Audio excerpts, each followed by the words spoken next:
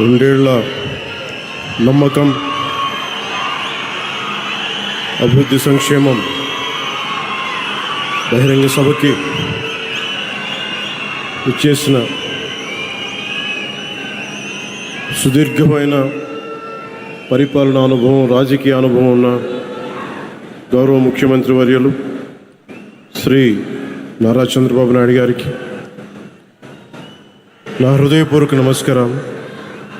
గౌరవ కేంద్ర పౌర విమానయాన శాఖ మంత్రివర్యులు శ్రీ కింజారపు రామ్మోహన్ నాయుడు గారికి నా హృదయపూర్వక నమస్కారం. గౌరవ కేంద్ర కమ్యూనికేషన్లు మరియు గ్రామీణాభివృద్ధి శాఖల సహాయ మంత్రివర్యులు డాక్టర్ పెమ్మసాని చంద్రశేఖర్ గారికి నా హృదయపూర్వక నమస్కారం. భారతీయ జనతా పార్టీ రాష్ట్ర అధ్యక్షులు శ్రీ పివిఎన్ మాధవ్ గారికి, గౌరవ సమాచార సాంకేతిక, ఎలక్ట్రానిక్స్, కమ్యూనికేషన్స్ మరియు రియల్ టైమ్ గవర్నెన్స్ శాఖ మంత్రివర్యులు సోదరులు శ్రీ నారా లోకేష్ గారికి నా నమస్కారం. గౌరవ శాసనసభ్యులు చంద్రగిరి నియోజకవర్గం శ్రీ పులివర్తి వెంకటమణి ప్రసాద్ గారికి నా హృదయపూర్వక నమస్కారం. జనసేన ఈ కార్యక్రమంలో పాల్గొంటున్న సహచర మంత్రివర్గ సభ్యులకి, శాసన మండలి మరియు శాసనసభ సభ్యులందరికీ, ప్రజాప్రతినిధులకు, నాయకులకు, అలాగే ఇక్కడికి విచ్చేసిన ప్రజలందరికీ, మీడియా మిత్రులకు మరియు మీడియా మాధ్యమాల ద్వారా ఈ కార్యక్రమాన్ని వీక్షిస్తున్న ప్రజలందరికీ నా హృదయపూర్వక నమస్కారం. ముందుగా ప్రధానమంత్రి గారు సుదీర్ఘమైన కాలం పరిపాలనలోకి ఉన్న ప్రధానమంత్రిగా భారతదేశంలో మొట్టమొదటిసారి అన్ని రికార్డులను అధిగమించి, అంతకుముందు జవహర్లాల్ నెహ్రూ గారి సుదీర్ఘమైన వారి రూలింగ్ని కూడా అధిగమించి ఈ రోజున గౌరవ ప్రధానమంత్రి శ్రీ నరేంద్ర మోడీ గారికి కూటమి సభ్యులందరి తరపున, కూటమి ప్రభుత్వం తరపున వారు దిగ్విజయంగా అందరినీ సర్పాస్ చేసి ప్రీవియస్ మన ప్రధానమంత్రులైన జవహర్లాల్ నెహ్రూ గారిని కూడా సర్పాస్ చేసి ఆయన ముందుకెళ్ళి సుదీర్ఘకాలంగా సేవ చేస్తున్న ప్రధానమంత్రిగా ఖ్యాతికెక్కిన ప్రధానమంత్రిగా నరేంద్ర మోదీ గారికి మరోమారు నా ధన్యవాదాలు, మరోమారు నా శుభాకాంక్షలు తెలియజేస్తాను. ఈ కార్యక్రమం 9వ తారీఖు జరగాల్సిన కార్యక్రమం, కానీ ఆ రోజున దురదృష్టవశాత్తు ప్రైవేటీకరణ కాకుండా ఆపుకున్న మన ఎన్డీఏ ప్రభుత్వం నారా చంద్రబాబు నాయుడు గారి నాయకత్వంలో, ప్రధానమంత్రి గారి ఆశీస్సులతో, ఎన్డీఏ సమిష్టి కృషితో స్టీల్ ప్లాంట్ ప్రైవేటీకరణ కాకుండా ఆగింది.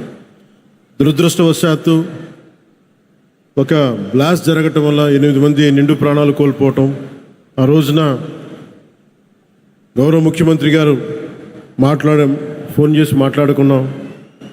ప్రాణాలు కోల్పోయిన ఈ సందర్భంలో, ఈ దుర్ఘటన జరిగిన సందర్భంలో మనం ఈ విజయోత్సవ సభ బాగున్నదని చెప్పి పెద్ద మనసుతోటి ఆ రోజు గౌరవ ముఖ్యమంత్రి నారా చంద్రబాబు నాయుడు గారు దాన్ని పోస్ట్పోన్ చేసి ఈ రోజుకు పెట్టారు.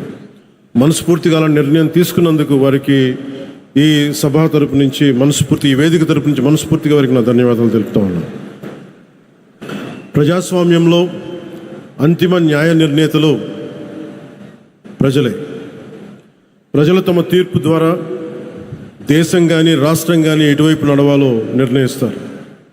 అటువంటి ప్రజలు బలంగా మాట్లాడినప్పుడు అది కేవలం ఒక రాజకీయ నిర్ణయం కాదు, ఒక సందేశం, ఒక హెచ్చరిక, ఒక దిశానిర్దేశం అవుతుంది. 2024లో ప్రజలు ఒక రాజకీయ సంస్కృతిని తిరస్కరించారు, భయాన్ని తిరస్కరించారు, అహంకారాన్ని తిరస్కరించారు, అధికారమే అంత అన్న భావజాలాన్ని తిరస్కరించారు. ప్రజాస్వామ్యంలో ప్రజల కంటే ఎవరు పెద్దవారు కాదని మరోసారి గుర్తు చేశారు. అందుకే 2024లో చేసినట్టు కొన్నిసార్లు ప్రజలు కేవలం ఓటు వేసి వదిలిపెట్టరు, చరిత్ర రాస్తారు. 2024లో ఆంధ్రప్రదేశ్ ప్రజలు చేసింది అదే. ఆ తీర్పు ఈ రాష్ట్రానికి మళ్ళీ ఆశనిచ్చింది. ఆంధ్రప్రదేశ్ సమాజానికి మళ్ళీ ఆత్మవిశ్వాసాన్ని ఇచ్చింది. ఒక తరం భవిష్యత్తుని మళ్ళీ నమ్మకాన్ని కల్పించింది. ప్రజలు మౌనంగా కనిపించిన అవసరం వచ్చినప్పుడు చరిత్రని మార్చగలరని మరోమారు నిరూపించిన సందర్భం అది. 2 ఏళ్ల క్రితం మీరిచ్చింది కేవలం అధికారం కాదు, ఒక బాధ్యత. ఆ బాధ్యతని గుర్తుంచుకుంటేనే ఈరోజు మీ ముందుకు వచ్చాం. ఈ చారిత్రక విజయానికి కారణమైన ప్రతి కార్యకర్తకి, ప్రతి నాయకుడికి, ప్రతి మహిళకి, ప్రతి రైతుకి, ప్రతి యువకుడికి నా హృదయపూర్వక కృతజ్ఞతలు. ఈ విజయం కేవలం తెలుగుదేశం పార్టీదో, భారతీయ జనతా పార్టీదో, జనసేన పార్టీదో కాదు, ప్రజల విజయం ఇది. ఇది అహంకారం విధ్వంసంపై ప్రజాస్వామ్యం సాధించిన విజయం. ఈ కూటమి ఆంధ్రప్రదేశ్ పునర్నిర్మాణం కోసం ఏర్పడిన కూటమి. ఈ కూటమి అధికారాన్ని పంచుకోవడానికి కాకుండా బాధ్యతని పంచుకోవడానికి ఏర్పడింది. దేశానికి ప్రధానమంత్రి శ్రీ నరేంద్ర మోదీ గారి దూరదృష్టి, రాష్ట్రానికి ముఖ్యమంత్రి శ్రీ నారా చంద్రబాబు నాయుడు గారి అనుభవం, ప్రజల ఆకాంక్షలను ప్రతిబింబించే జనసేన సంకల్పం, ఈ 3 శక్తులు కలిసినప్పుడే ఆంధ్రప్రదేశ్ పునర్నిర్మాణానికి బలమైన పునాది ఏర్పడింది.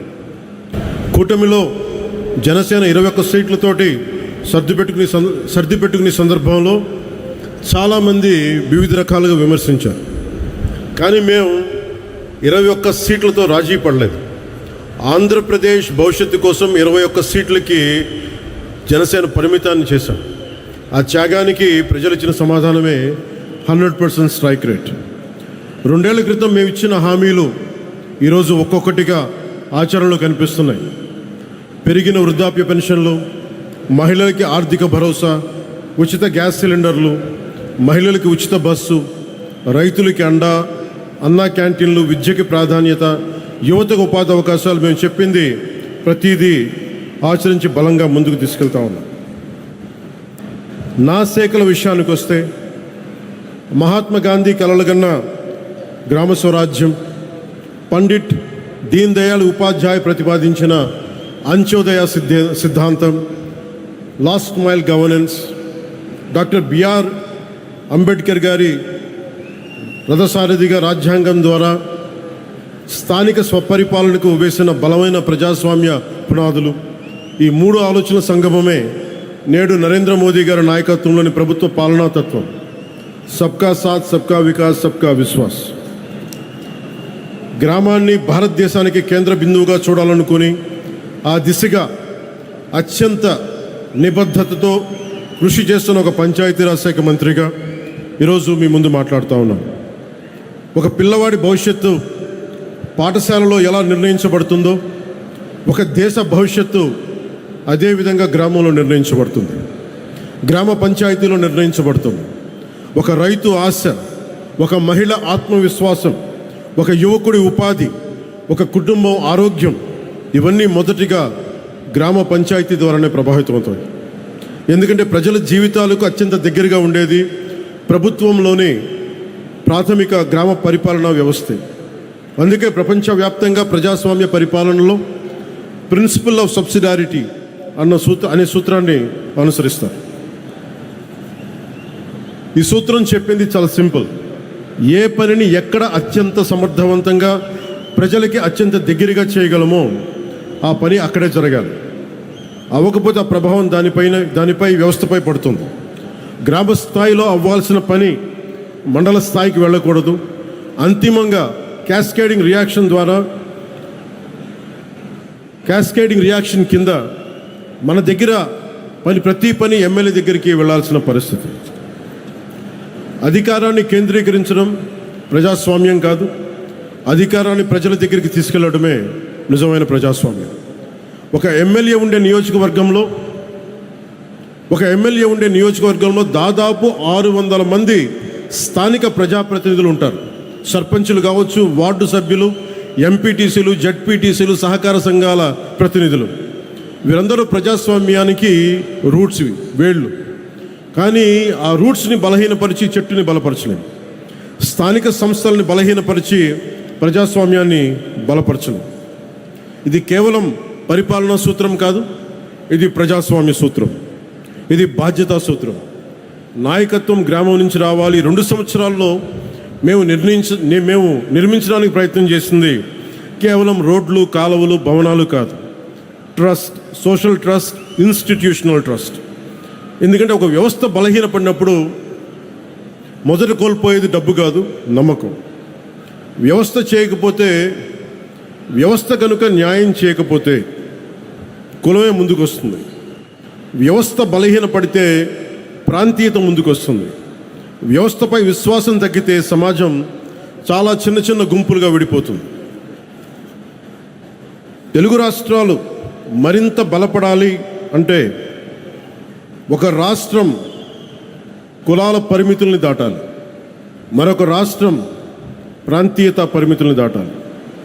మనందరం కలిసి భారతీయత వైపు అడుగులు వేయాలి.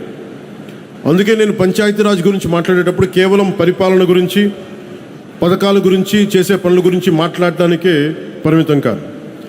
నేను ప్రజాస్వామ్యం గురించి మాట్లాడుతాను, రాజ్యాంగం గురించి మాట్లాడుతాను, సోషల్ కొహెషన్, సామాజిక సమతుల్యత గురించి మాట్లాడుతాను, జాతీయ సమైక్యత గురించి మాట్లాడతాను, భారతీయత గురించి మాట్లాడతాను, సామాజిక పరస్పర విశ్వాసం గురించి మాట్లాడతాను. ఈ మధ్య మేము పరిష్కరించిన విజయనగరం జిల్లాలోని ఒక పెద్దపెంకి గ్రామంలో ఫైలేరియా సమస్య ప్రత్యక్ష ఉదాహరణ. పంచాయతీరాజ్ సమస్య కోసం, సంస్కరణల కోసం చాలా కమిటీలు వచ్చినాయి. ఒక బల్వంత్ రాయ్ మెహతా కమిటీ, అశోక్ మెహతా కమిటీ, జీవీకే రావు గారి కమిటీ, ఎల్ఎం సింఘ్వి కమిటీ. ఈ ప్రయాణం చివరికి 1972లో 73వ రాజ్యాంగ సవరణగా రూపుదిద్దుకుంది. 93 నుండి పంచాయతీరాజ్ రాజ్యాంగ సంస్థలకు రాజ్యాంగ హోదా లభించింది. రాజ్యాంగంలోని ఆర్టికల్ 243 243 నుండి 243 వరకు పంచాయతీరాజ్ శాఖకు రక్షణ లభించింది. 11వ షెడ్యూల్ ద్వారా 29 అంశాలు గ్రామీణ స్వయం పాలన పరిధిలోకి వచ్చాయి. ఇది ప్రపంచంలోనే అతిపెద్ద ప్రజాస్వామ్య వికేంద్రీకరణ ప్రయోగం.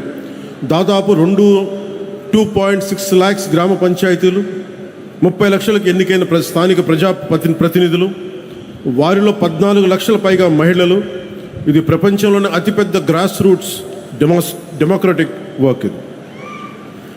ఇవన్నీ ఎందుకు చెప్తున్నామంటే, ఇన్ని వ్యయ ప్రయాసాలు కూర్చి ఇన్ని రకాల చట్టాలు చేస్తే ఆ వ్యవస్థ నిజంగా అధికారాన్ని గ్రామానికి ఇచ్చిందా? రాజ్యాంగం అధికారాన్ని ఇచ్చింది, కానీ ఆ స్ఫూర్తి అమలు అయిందా? నిధులు గ్రామానికి చేరాయా? నిర్ణయాధికారం గ్రామానికి చేరిందా? బాధ్యత గ్రామానికి చేరిందా? నేను పంచాయతీరాజ్ శాఖ బాధ్యతలు స్వీకరించిన తర్వాత రాజ్యాంగం చట్టాలు పుస్తకాలు తిరిగేసి రివ్యూలు చేసి ఈ ప్రశ్నలకి సమాధానం వెతుకుతూ రాష్ట్ర వ్యాప్తంగా అధ్యయనం చేశాను. నాకు ఎదురైన మొదటి సమాధానం, సార్ బ్లీచింగ్ పౌడర్ కొనడానికి కూడా డబ్బులు లేవు, సార్ జెండా పండుగ చేయడానికి కూడా డబ్బులు లేవు. వీటితో మనం వారసత్వంగా పొందిన పరిస్థితి ఏంటంటే, గ్రామ పంచాయతీలకు రావాల్సిన కేంద్ర నిధులు నిలిచిపోయాయి. అనేక పంచాయతీలు అప్పుల బారిన పడ్డాయి. విద్యుత్ బకాయిలు వేల కోట్లకు చేరాయి. గ్రామస్థాయి పరిపాలన బలహీనపడింది. సర్పంచుల గౌరవం గురించి ఇంకా చెప్పాల్సిన అవసరం లేదు. అక్కడి నుంచే ప్రారంభమైంది institutional diagnosis, Panchayati Raj institutional diagnosis.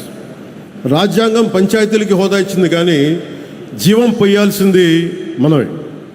పంచాయతీలకు సరిపడా డబ్బు ఎందుకు ఉండట్లేదు? ప్రతి చిన్న పనికి పంచాయతీ ఎందుకు చూడాలి? ఎందుకు ప్రతి సమస్య ఎమ్మెల్యే దగ్గరికి ఎందుకు వెళ్ళాలి? సర్పంచ్ ఎన్నికవుతాడు, కానీ అధికారాలు వేరే చోట ఎందుకు ఉంటాయి? ఇవన్నీ ఆలోచిస్తేప్పుడు మాకు అర్థమైంది, సమస్య నిధుల కొరత మాత్రమే కాదు, సమస్య బాధ్యతల స్పష్టత లేకపోవడం. అథారిటీ ఒక చోట, రెస్పాన్సిబిలిటీ ఇంకో చోట, అకౌంటబిలిటీ మరో చోట. ఈ మూడు విడిపోతే వ్యవస్థ బలహీనపడుతుంది. దీనినే బ్రోకెన్ గవర్నెన్స్ చైన్ అనొచ్చు. అందుకే మేము ఒక ప్రాథమిక సూత్రాన్ని ముందుకు తీసుకొచ్చాం. గ్రామ సమస్యలకి పరిష్కారం గ్రామంలోనే వెతకాలి. ప్రజల జీవితాలను ప్రభావితం చేసే నిర్ణయాలు ప్రజల సమక్షంలోనే జరగాలి. అందుకే గ్రామ సభలను కేవలం ఒక అధికారిక సమావేశంగా కాకుండా గ్రామ ప్రజాస్వామ్యానికి కేంద్ర బిందువుగా మార్చే ప్రయత్నం చేశాం. గ్రామానికి ఏమి కావాలి, ఎక్కడ రోడ్లు కావాలి, ఎక్కడ తాగునీటి సమస్య ఉంది, ఎవరికి ఇల్లు అవసరం, ఎక్కడ పారిశుద్ధ సమస్య ఉంది, ఈ నిర్ణయాలు కార్యాలయాల్లో కాదు, గ్రామ సభల్లో జరగాలి.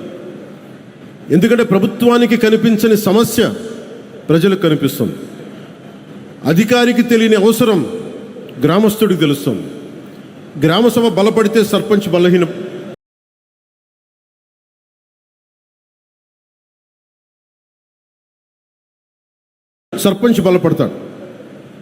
సర్పంచ్ బలపడితే పంచాయతీ బలపడుతుంది. పంచాయతీ బలపడి ప్రజాస్వామ్యం బలపడుతుంది. అప్పుడు మాత్రమే ప్రతి చిన్న సమస్య స్థానిక ఎమ్మెల్యే గారి టేబుల్ మీదకి రావాల్సిన అవసరం ఉండదు. అప్పుడు ఎమ్మెల్యేలు అసలు తమకి నిర్దేశించబడ్డ అసలు బాధ్యతలపై దృష్టి పెట్టగలుగుతారు. ఎమ్మెల్యేలు ఉపాధి విధానాలపై దృష్టి పెడతారు, పరిశ్రమల రాకపై దృష్టి పెడతారు, యువత భవిష్యత్తుపై దృష్టి పెడతారు, రాష్ట్ర భవిష్యత్తును నిర్మిస్తారు. కానీ రాష్ట్ర భవిష్యత్తును నిర్మించే ఈ ప్రక్రియకి ఒక బలమైన లీడర్షిప్ క్యాపిటల్ అవసరం.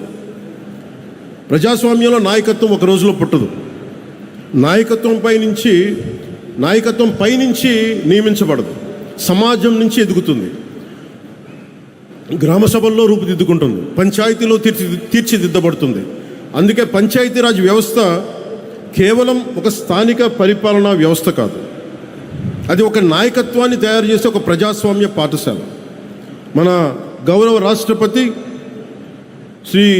శ్రీమతి ద్రౌపది ముర్ము గారు తన ప్రయాణం స్థానిక సంస్థల నుండి మొదలుపెట్టారు. ఒక నగర పంచాయతీ కౌన్సిలర్గా రాజకీయ ప్రయాణం మొదలుపెట్టారు. లీడర్షిప్ అనేది కేవలం ఒక రాజకీయ నాయకత్వం కాదు. డాక్టర్ ఏపీజే అబ్దుల్ కలాం నాయకుడు, ఒక సైంటిఫిక్ విభాగంలో ఆయన నాయకులు, మనందరికీ గర్వించే ఎస్ఆర్ సెక్కిరణ్ గారు, అడ్మినిస్ట్రేటివ్ యాంగిల్ ఆయన ఒక నాయకులు, ఒక గొప్ప ఉపాధ్యాయుడు కూడా ఒక నాయకుడు, ఒక నిజాయితీ గల అధికారి ఒక నాయకుడు. మనకి పంచాయతీని బలోపేతం చేసే సర్పంచ్ కూడా ఒక బలమైన నాయకుడు. భారతదేశంలో మహిళా రాజకీయ నాయకత్వానికి అతిపెద్ద విశ్వవిద్యాలయం పంచాయతీరాజ్ వ్యవస్థ. 50% 50% మహిళా రిజర్వేషన్ ద్వారా వేలాది మహిళా నాయకులు ముందుకు వస్తూ ఉన్నారు. సెల్ఫ్ హెల్ప్ గ్రూప్స్ ద్వారా మహిళలు సామాజిక ఆర్థిక నాయకత్వాన్ని చేపడుతున్నారు. వెనుకబడిన వర్గాల నుంచి నాయకత్వం వస్తుంది, యువత నుంచి నాయకత్వం వస్తుంది. యువత రాజకీయాలకు రావాలని మనం చెబుతాం, కానీ యువత మొదటి అవకాశం గ్రామ స్థాయిలో అందిపుచ్చుకోవాలి, ముందుకు వచ్చి పోటీ చేయాలి. ఇది సోషల్ క్యాపిటల్, ఇది నేషనల్ బిల్డింగ్. ఇప్పుడు అసలు ప్రశ్న, మనకి ఈ ఆలోచనల్ని గత 2 సంవత్సరాలు ఎంతవరకు ఆచరణలోకి తీసుకురాగలిగాం? అభివృద్ధికి మొదటి అర్హత స్థిరత్వం. గత 2 సంవత్సరాల్లో ఆంధ్రప్రదేశ్లో ఏర్పడిన రాజకీయ స్థిరత్వం గ్రామాభివృద్ధికి బలమైన పునాది వేసింది. ఎన్డీఏ వాళ్ళ నిర్ణయాలతో స్పష్టత వచ్చింది, కేంద్ర రాష్ట్ర సమన్వయం బలపడింది. ఆ స్థిరత్వాన్ని ఆధారం చేసుకొని ఈ రోజున పెట్టుబడులు కావచ్చు, ప్రభుత్వాన్ని గ్రామాన్ని మళ్ళీ పరిపాలనా కేంద్రంగా నిలబెట్టే ప్రయత్నం ప్రారంభించింది. అందులో భాగంగా 13,326 పంచాయతీల్లో ఒకేసారి గ్రామ సభలు నిర్వహించడం జరిగింది. ప్రజాస్వామ్యాన్ని ప్రతి గ్రామం గడప వరకు తీసుకెళ్ళగలిగాం. ప్రతి పంచాయతీకి ఒక కార్యదర్శి వ్యవస్థని బలోపేతం చేశాం. స్థానిక అవసరాలకు అనుగుణంగా కొత్త పరిపాలనా విధానాలను రూపొందించాం. గ్రామ పంచాయతీల పరిపాలనా సామర్థ్యాన్ని బలోపేతం చేశాం. పల్లె పండుగ ద్వారా గ్రామాభివృద్ధిని ప్రభుత్వ కార్యక్రమం నుంచి మంచి ప్రజా ఉద్యమంగా మార్చాం. స్థానిక నాయకత్వానికి గౌరవాన్ని పునరుద్ధరించాం, ఇర్రెస్పెక్ట్ ఆఫ్ ద పొలిటికల్ అఫిలియేషన్స్. స్వర్ణ పంచాయతీ దిశగా ప్రయాణం ప్రారంభించాం. ప్రతి ఆలోచన సిద్ధాంతంగా మిగిలిపోకుండా ఫలితంగా కనిపించాలనే దానికి స్వర్ణ పంచాయతీ కేంద్రంగా ఒక చిన్న ఉదాహరణ చెప్తాను. మన ఈ పక్కనే తిరుపతి రూరల్ మండలంలోని శ్రీనివాసాపురం గ్రామ పంచాయతీలో స్వర్ణ పంచాయతీ పోర్టల్ ద్వారా ఆస్తుల వివరాలను శాస్త్రీయంగా అప్డేట్ చేశాం. ఇప్పటి వరకు పంచాయతీ రికార్డ్స్లో కనిపించని అనేక ఆస్తులు వ్యవస్థలోకి వచ్చాయి.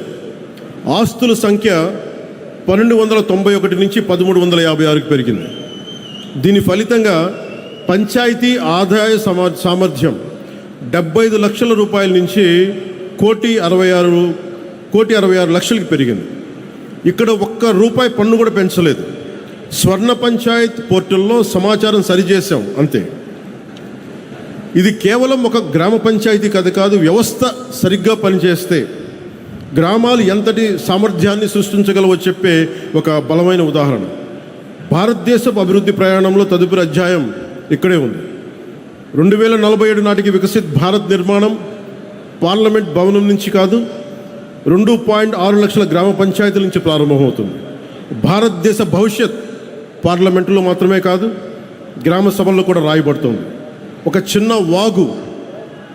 చిన్న వాగు ముందుగా తన పరిసర భూములకి నీరు అందించి తర్వాత ప్రధాన నదిలో కలుస్తుంది. అలాగే ప్రతి పంచాయత్ ముందుగా తమ గ్రామాలను అభివృద్ధి చేసుకోవాలి. అప్పుడు మండలం బలపడుతుంది, రాష్ట్రం బలపడుతుంది, జిల్లా బలపడుతుంది. మండలం, జిల్లా, రాష్ట్రం, తద్వారా దేశం బలపడుతుంది. 2 సంవత్సరాల క్రితం ప్రజలు మాకు ప్రభుత్వం ఏర్పాటు చేసే అవకాశం ఇచ్చారు. కానీ నేను దాన్ని కేవలం అధికార బదిలీగా చూడం, అది ఒక నమ్మకం బదిలీ. ఆ నమ్మకాన్ని నిలబెట్టుకోవడం మన బాధ్యత. ఆ దిశగా పనిచేస్తున్నాం. నిధుల కోసం మేము పోరాడగలం, విధానాల కోసం నేను పోరాడగలను, అధికారాల కోసం నేను పోరాడగలను. కానీ ప్రజల భాగస్వామ్యం లేకుండా అభివృద్ధి అనేది సాధ్యం కాదు. ప్రజలు పార్టీని కాకుండా వ్యవస్థల్ని నమ్మాలి. పార్టీలు ఉండాలి, వ్యవస్థలను బలోపేతం చేయడానికి ఉండాలి.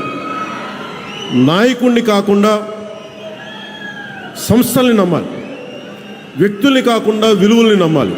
అప్పుడు మాత్రమే ప్రజాస్వామ్యం శాశ్వతం అవుతుంది.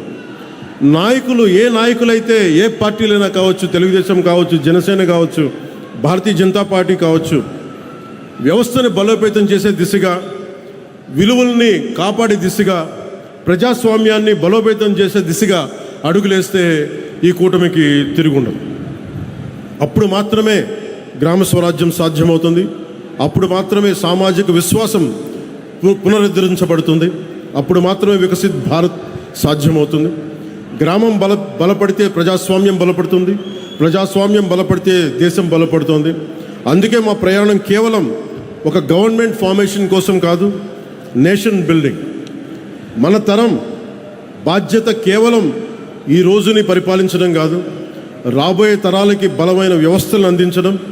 మనం తీసుకునే నిర్ణయాలు వచ్చే ఎన్నికల గురించి మాత్రమే కాకుండా వచ్చే తరాల గురించి కూడా ఉండాలి.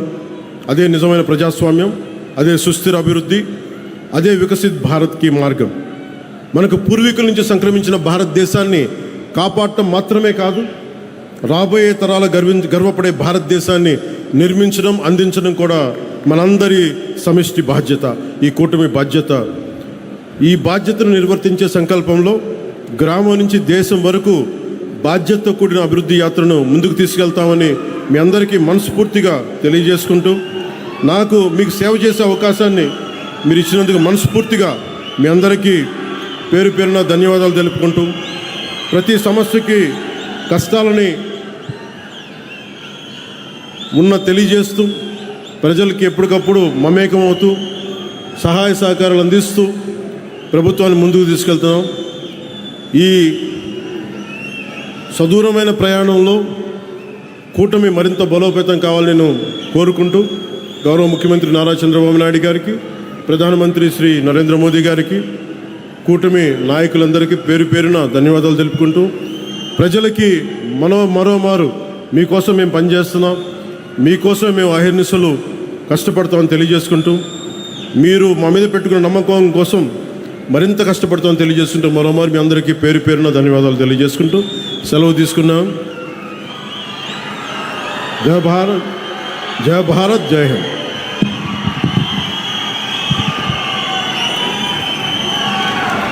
ధైర్యానికి నిర్వచనం, యువతకు స్ఫూర్తి. రాష్ట్ర ఉప ముఖ్యమంత్రి వర్యులు శ్రీ కొణిదెల పవన్ కళ్యాణ్ గారికి హృదయపూర్వక ధన్యవాదాలు. కళలను